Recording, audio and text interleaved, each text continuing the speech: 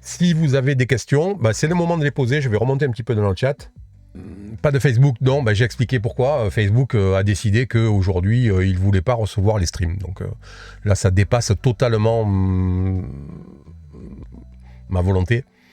Et oui, il y aura des choses à dire sur l'Atlantique. Ouais, complètement. Ça, malheureusement, c'est ce que je viens de vous dire.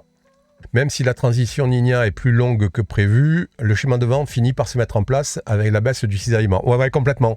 La transition est un peu longue et je vais aller au-delà. C'est-à-dire qu'aujourd'hui, les prévisions, c'est un passage en la Niña très très faible et une remontée en zone neutre, en épisode neutre, quasiment dans 2 mois, 3 mois, quoi. Donc au plus tard, au milieu de l'hiver. Donc on aura un des épisodes de la Niña les plus courts qu'on ait vu depuis très très longtemps. La Niña, habituellement, on les a pour 6 mois, 8 mois, 9 mois, quoi. Peut-être même 1 an en moyenne. C'est des épisodes El Niño qui sont courts comme ça. Les épisodes de la Niña, la plupart du temps, on les a pour 1 année, quoi. Là, on pourrait les avoir pour 3 mois, 4 mois, 5 mois. Ce qui est très court, et donc ce qui pourrait nous ramener un épisode El Niño rapidement.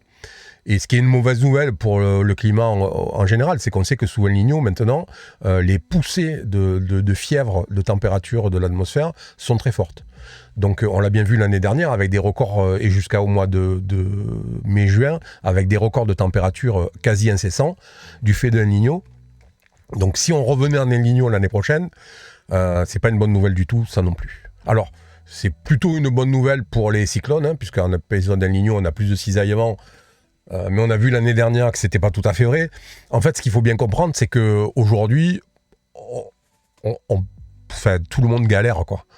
Les modèles galèrent, tout le monde galère. Beaucoup de pluie du côté de Balata. Oui, encore une fois, c'est à peu près normal. Hélène a malheureusement fait 63 victimes. Ouais, c'est ce que j'avais vu 60 ou 61 dans le titre que j'avais vu passer sur Twitter. Mais comme j'ai pas pu regarder l'article, je savais pas sa crédibilité, donc je vous l'ai donné, mais j'en étais pas sûr. Bon, 63. C'est énorme, hein. Franchement, 63 victimes pour les États-Unis pour un catégorie 4, c'est énorme. Et c'est encore une fois, c'est l'eau, hein. Le responsable, c'est l'eau, clairement. Bizarre de chez Bizarre. Je sais pas de quoi vous parlez. Olivier, la question est, pourrait-on assister à une qui dure jusqu'à décembre de ces jours ? Alors, on a déjà vu des cyclones en décembre, hein, c'est pas une nouveauté. On l'a déjà vu. Moi, j'ai vécu au moins une saison, je crois que c'était en 2005, l'année où je suis arrivé. Il me semble qu'on en a eu jusqu'en décembre. Et il me semble que vers 2012-2013, on a eu aussi des systèmes très tardifs. Donc, un cyclone isolé en décembre, c'est pas impossible. Par contre, que la saison reste active en décembre, j'y crois pas trop.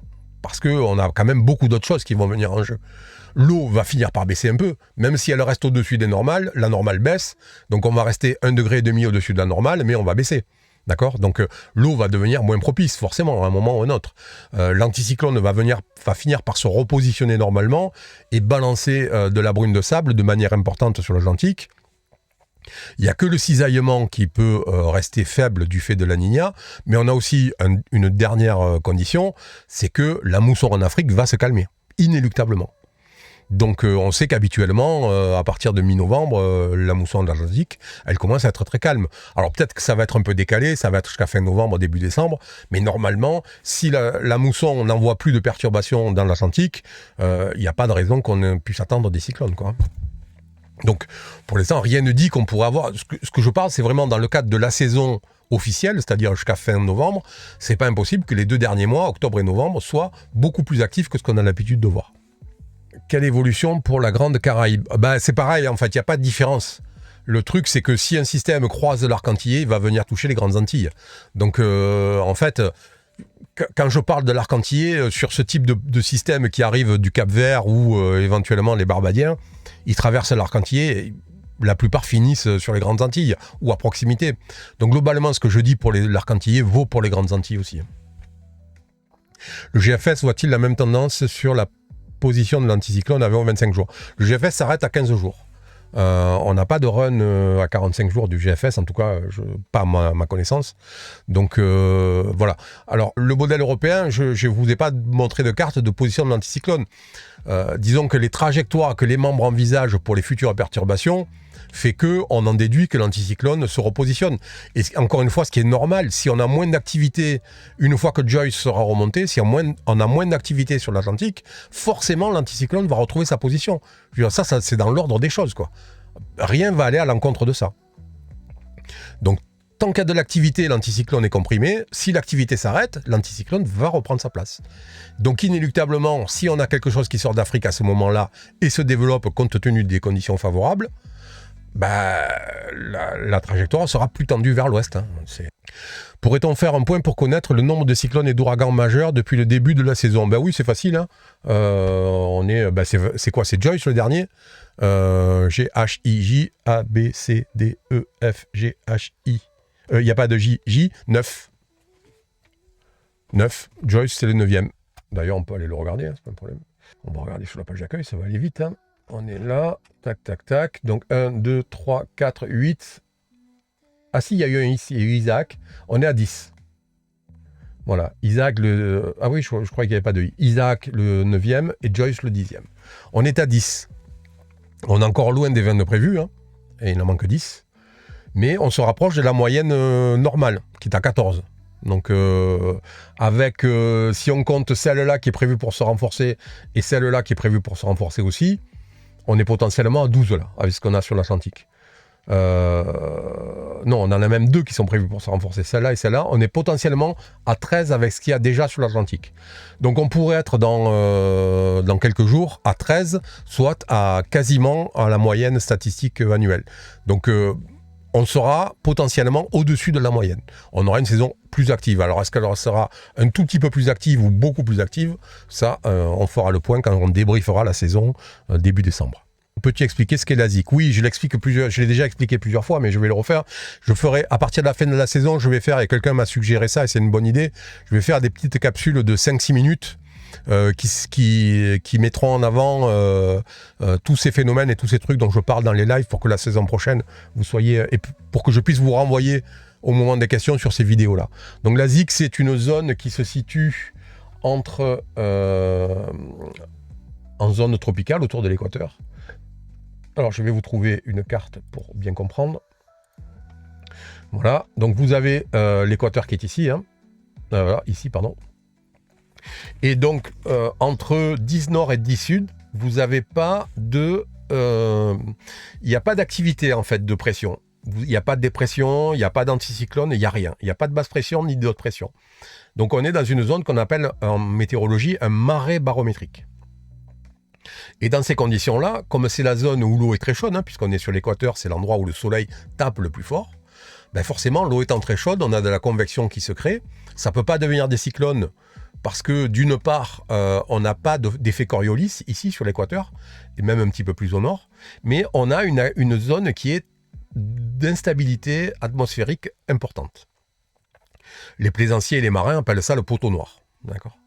Donc dans cette zone-là, on a de l'instabilité qui se crée, on a des orages en permanence, il n'y a pas du tout de vent, il y a beaucoup d'orages, c'est une zone très très galère pour les bateaux à la voile. Hein. Franchement, les coureurs du Vendée Globe par exemple, quand ils arrivent dans cette zone-là, autant vous dire qu'ils en mènent pas large. Donc voilà, donc habituellement, elle est plutôt dans cette zone-là, autour de 5 nord. Sauf que ce qui fait qu'elle est là, c'est qu'on a une zone anticyclonique autour de 35 nord, entre 35 et 40 nord dans l'hémisphère nord, et on a une zone anticyclonique autour de Sainte-Hélène dans l'hémisphère sud, ce qui fait qu'on a un équilibre de zones de haute pression entre le nord et le sud.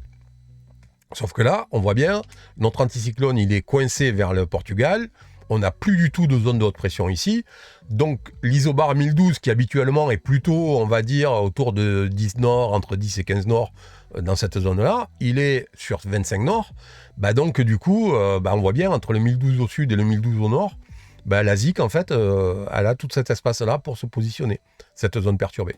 Donc voilà, c'est ce qui explique qu'elle soit un petit peu plus au nord. Et ce qui explique ce qu'est la ZIC.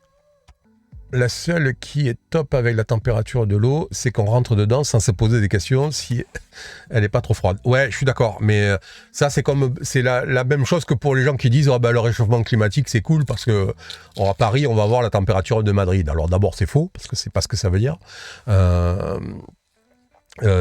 Mais par contre, il faut bien prendre en compte que les emmerdements que ça génère sont bien supérieurs à l'avantage qu'on en tire dans tous les cas.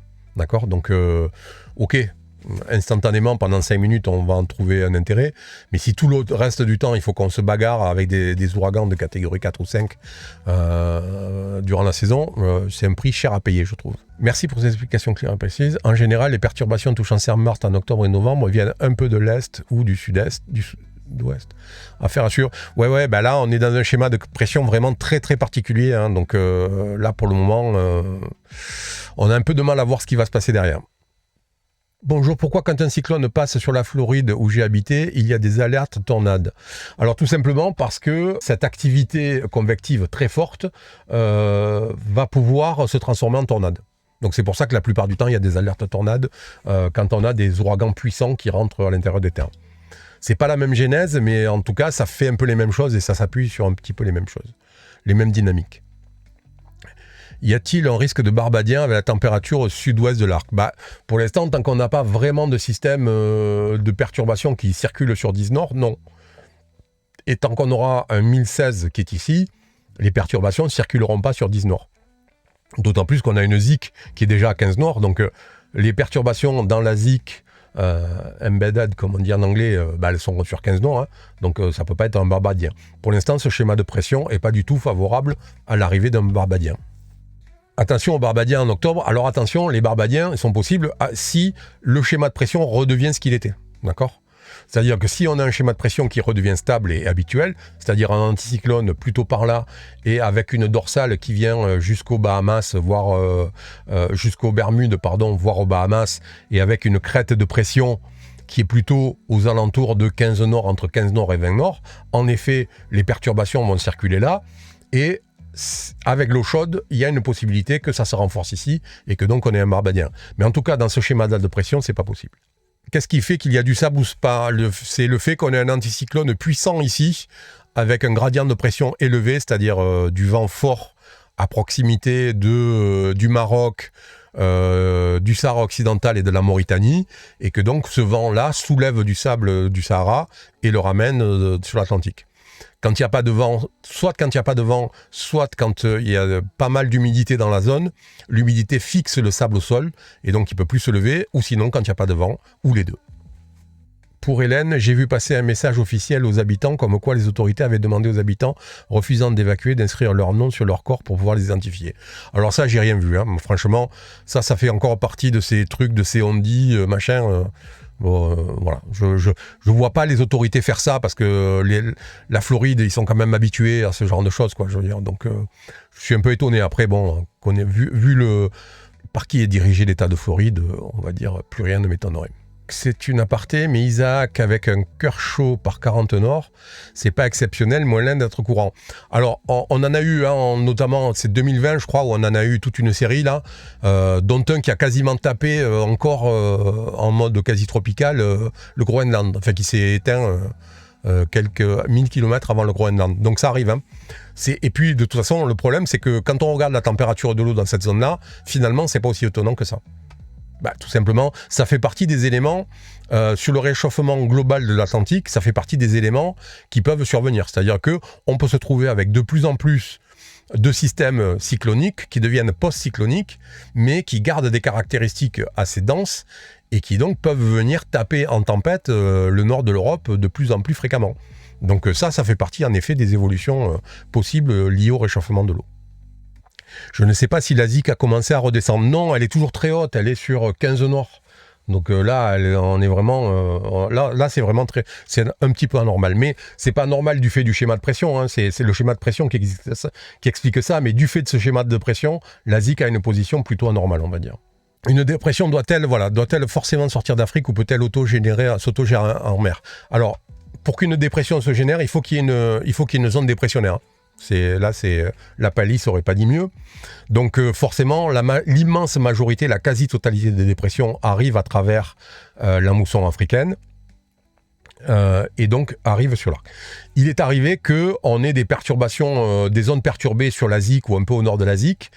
sur lesquels on ne voyait pas vraiment de dépression, en tout cas sur les passages des satellites, on ne voyait pas qu'il y avait de vortex du tout, et qui, au bout de 1000-1500 km, ont commencé à s'organiser. Donc ça peut arriver. C'est vraiment c'est rare, mais ça peut arriver. Si j'ai bien compris, c'est le schéma de pression qui va décider ou pas sur l'arc entier, complètement. Alors, à condition qu'il y ait des cyclones. S'il n'y a pas de cyclone qui arrive, le schéma de pression ne décidera de rien. Mais s'il y a des cyclones, c'est ce schéma de pression très particulier, son évolution qui va décider si un cyclone naît dans 15 jours dans cette zone-là, s'il va venir plutôt vers l'arc ou plutôt remonter. Peux-tu nous rappeler ce qu'est un barbadien? Un barbadien, c'est simple, hein, c'est une perturbation qui se déplace, qui ne se renforce pas en fait. Qui reste en onde là, jusqu'ici, et qui d'un coup se met à se renforcer et s'organiser à partir de 50 ouest. Et donc, on a un cyclone qui se met en route entre 50 ouest et l'arc antillais. On appelle ça un barbadien, contrairement au cap-verdien, qui est comme ce cyclone-là, qui commence à se développer aux alentours du Cap-Vert ou entre le Cap-Vert et 50 ouest. Donc ça, c'est un cap-verdien. Et on va voir des barbadiens. Les barbadiens sont ceux qui sont très tardifs, en fait, qui se développent très tard. Pouvez-vous faire un récap rapide pour faire la différence entre les vents soutenus et les rafales, car on a beaucoup de choses sur les médias. Alors, c'est quoi? C'est la vitesse du vent. Donc le vent soutenu, alors selon les organismes météo, ils ne prennent pas les mêmes bases. Globalement, le vent soutenu, dans un cyclone, si c'est le NHC qui parle, il parle d'un vent soutenu pendant 10 secondes. C'est ce que prennent les relevés, les avions, d'accord, les Hurricane Hunter, ils prennent ça comme base. On peut utiliser 30 secondes aussi pour le vent soutenu, mais c'est entre 10 et 30 secondes selon les organismes, et les rafales, c'est quasi instantané. C'est-à-dire qu'une rafale, elle va souffler pendant 2, 3, 4 secondes. Sous un cyclone, ça peut taper à 100 nœuds, 150, 160 nœuds. Pendant 2, 3, 4 cyclones, pendant 2, 3, 4 secondes, et le reste du temps, on a plutôt un vent soutenu, établi ou soutenu, et donc un petit peu plus faible. Donc c'est ça la différence. Mais le vent soutenu, c'est vraiment c'est pas le vent, c'est pas les moments de vent, c'est pas le vent moyen, le vent soutenu. Hein.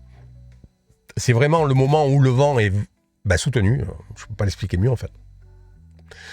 Où il est vraiment très présent, et c'est ce vent soutenu là qui fait beaucoup de dégâts, notamment sur les gros cyclones, parce que sur les gros cyclones très creux, on va avoir 100 nœuds, 120 nœuds, 230 nœuds de vent soutenu, et on va avoir des rafales à 150 nœuds. Mais en fait, ces 30 nœuds-là, à partir du moment où on a 120, 130 nœuds de vent soutenu, les rafales, c'est pas elles qui font les dégâts en fait. C'est vraiment le vent soutenu quand pendant 10, 20, 30, 40, 50 secondes, on a plus de 200 km/h de vent, c'est ce qui fragilise tout. Un cocotier, pendant 10 secondes, il va pouvoir plier, mais si derrière il se relève et qu'il continue pendant 30 secondes à prendre 120 nœuds, il va avoir un moment où il va lâcher l'affaire, quoi. Donc c'est vraiment le vent soutenu. Ce qui est important, c'est que c'est lui qu'il faut vraiment prendre en compte. Les rafales, c'est le côté exceptionnel. Puis les rafales, on les gère pas très bien parce que dans les gros systèmes, c'est tellement perturbé, c'est tellement violent, la circulation du vent est tellement perturbée que finalement, ça génère des micro-tornades, des mini-vortex dans l'œil du mur, dans le mur de l'œil, pardon. Donc du coup, c'est difficile d'évaluer les rafales dans ces conditions-là. Les sondes des hunters peuvent les voir, puisque si la sonde tombe en plein milieu d'une rafale, elle va le voir. Mais pendant sa chute, elle va pouvoir quand même plutôt pas mal évaluer le vent sur 10 secondes. Quelle est la pression la plus basse enregistrée dans l'arc antillais, dans les cyclones? Dans l'arc antillais, j'en sais rien.